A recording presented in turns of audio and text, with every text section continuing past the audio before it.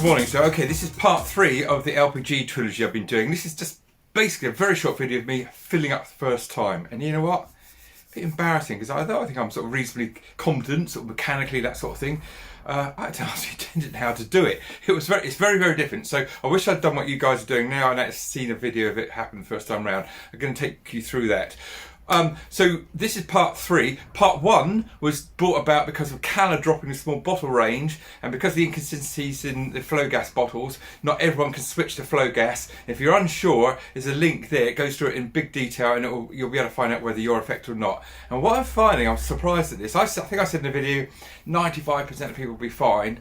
Actually, the feedback I'm getting, it seems like there's more people affected than I thought. Okay. Part 2 was me building a refillable system and going through regs and that sort of thing, and there's a link there if you want to look at that one, and that's I could put some cards at the end of the video as well. But this is all about me filling up the first time.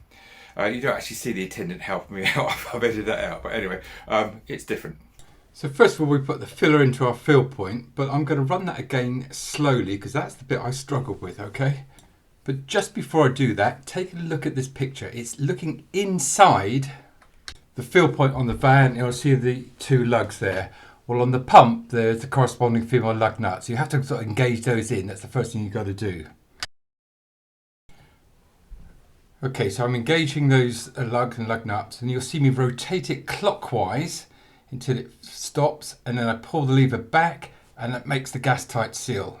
And that's the bit I had to get the attendant to show me what to do. Once you know, and you'll be fine from there on in. Now, reading the forums, it does seem that there's a few pumps out there where it's a slightly different system. So instead of rotating the whole pump clockwise until it locks, you just rotate a collar that is on the pump. So look out for that one. And then, unlike a petrol pump, you just walk away and leave it, and you press the button on the pump itself, and then that will start to put the gas into the tank. And here's a view of my tank or my gasoline bottle, and you can see the gauge there starting to move as it fills up, going from the red into the amber into the green, and it will automatically stop when it's at capacity. That's the function of these systems. You don't have to guess, you just take your finger off when it stops, or before if you don't want to fill up all the way. And unhooking is just the reverse of hooking up. You release the lever, you'll hear a hiss now, psst, that's normal, and then a rotation anti-clockwise, and put the filler back up onto the pump. Okay, so I hope that helps. Catch you later.